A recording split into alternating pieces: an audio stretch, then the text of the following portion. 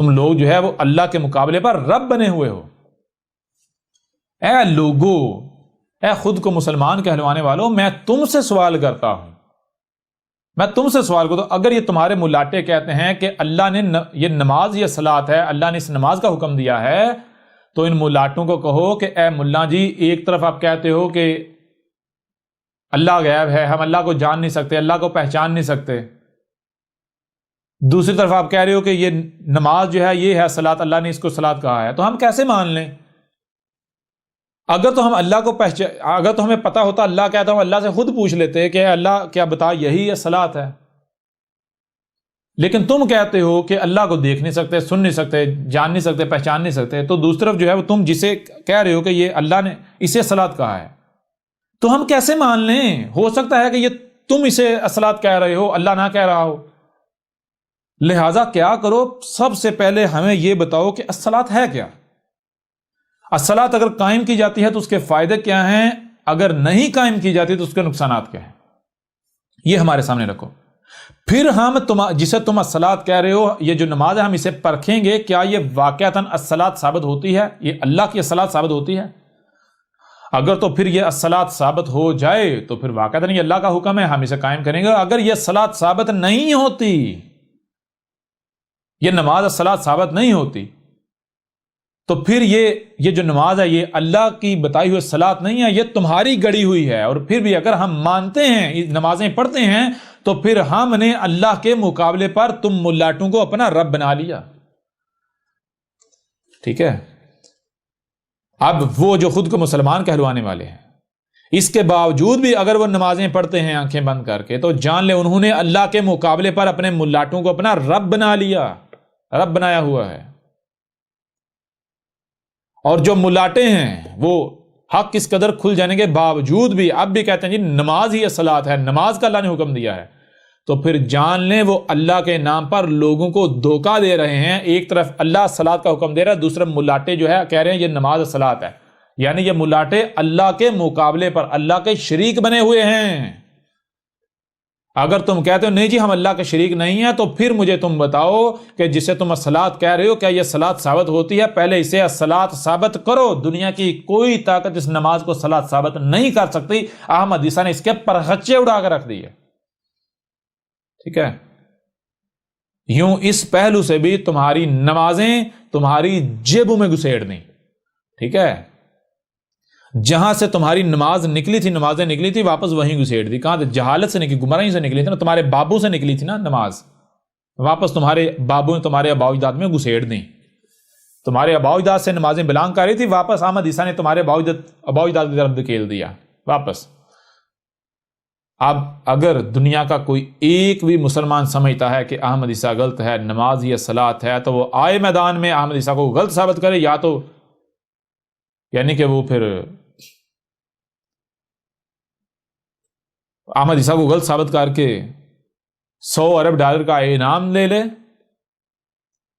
احمد عیسیٰ کو غلط ثابت کر کے جو سزا وہ کہتا ہے احمد عیسیٰ بھگتنے کو تیار ہے، یا پھر اگر وہ عاجز آ جاتا ہے۔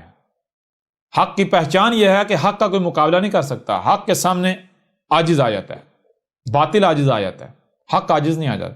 تو اگر کوئی عاجز آ جاتا ہے تو اس کے اوپر پھر لازم ہے کہ وہ حق سے رجوع کر لے، اپنے آپ کو حق کے آگے جھکا دے، سرنڈر کر دے۔ اگر وہ نہیں کرتا، ان دونوں میں سے ایک کام نہیں کرتا، تو پھر جان لے عذاب اس کے اوپر حق ہو چکا، دنیا کی کوئی طاقت اسے عذاب سے، اسے سزا سے نہیں بچا سکتی۔ کیوں؟ کیونکہ پھر وہ اللہ کا شریک بن رہا ہے نا، وہ حق کا شریک بن رہا ہے نا، ٹھیک ہے؟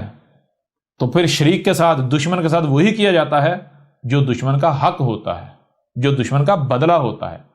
اب اگر تم اللہ کے ساتھ دشمنی کرتے ہو، اللہ کے دشمن ہی بنتے ہو، تو پھر تمہارے ساتھ وہی کیا جائے گا۔ ظاہر ہے پھر تمہارا اور اللہ کا مقابلہ ہے نا، تمہارا ہمارا مقابلہ ہے۔ تو اگر تو تم ہم سے طاقتور ہو تو ہمیں عاجز کر دو گے، اگر نہیں تمہارے آباء و اجداد نہیں کر سکے تو تم کر لو گے۔ سوال پتہ نہیں ہوتا، پھر جو انجام ان کا ہوا وہی انجام تمہارا ہے۔ اب آخری موقع ہے تمہارے پاس، غور و فکر کر لو، یہ وقت بعد میں نہیں آئے گا، بعد میں پچھتاؤ گے، چیخو گے، چلاؤ گے۔ بعد میں نوح کی مثل میں بھی کہوں گا، جب تمہیں ہلاک کیا جائے گا، میں بھی تمہارے جو آثار ہیں تمہاری ہلاکت دیکھ کے کہوں گا کہ تمہارے اوپر واضح کیا تھا نا، یہ تھا جسے تم نہیں مان رہے تھے، بہت تم استقبال کر رہے تھے، بہت تمہیں گھمنڈ تھا اپنی طاقتوں پر، اپنی افرادی قوت پر، اپنی اکثریت پر، اپنے فرقوں پر۔ کچھ کام آیا تمہارے؟ میں بھی یہی کہوں گا، اور یہ وقت دور نہیں ہے، یہ تمہارے سر پر آ چکا ہوا ہے، سر پر کھڑا ہے، ٹھیک ہے نا؟ لہٰذا احمد عیسیٰ کے ذمہ تھا اس حق کو کھول کر پہنچا دینا، جو کہ کھول کر پہنچا چکا۔ اب کوئی مانتا ہے مانے، نہیں مانتا نہ مانے، اگر نہیں مانتا تو جائے کھڈے میں جائے۔ وہ احمد عیسیٰ کے جوتے کی نوک پر جو نہیں مانتا، احمد عیسیٰ کیا بگڑے گا؟ احمد عیسیٰ کو کیا پرواہ؟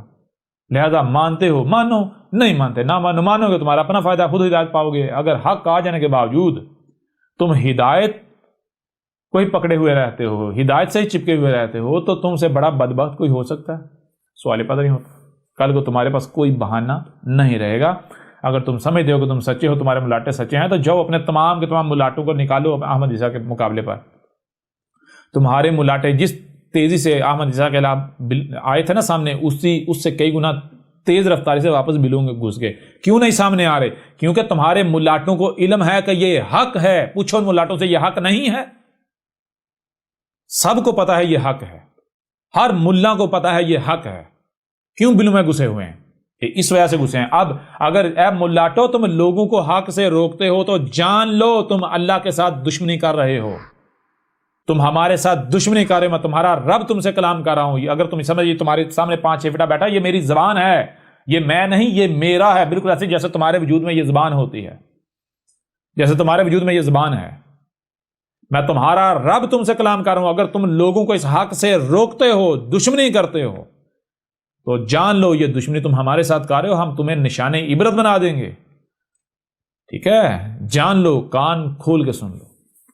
لہذا اس نشست کو یہیں پر ختم کرتے ہیں، اب بڑھتے ہیں آگے، اور اسی قرآن ہی آیات سے ایک اور پہلو سے الصلاۃ کو کھول کر آپ کے سامنے رکھتے ہیں۔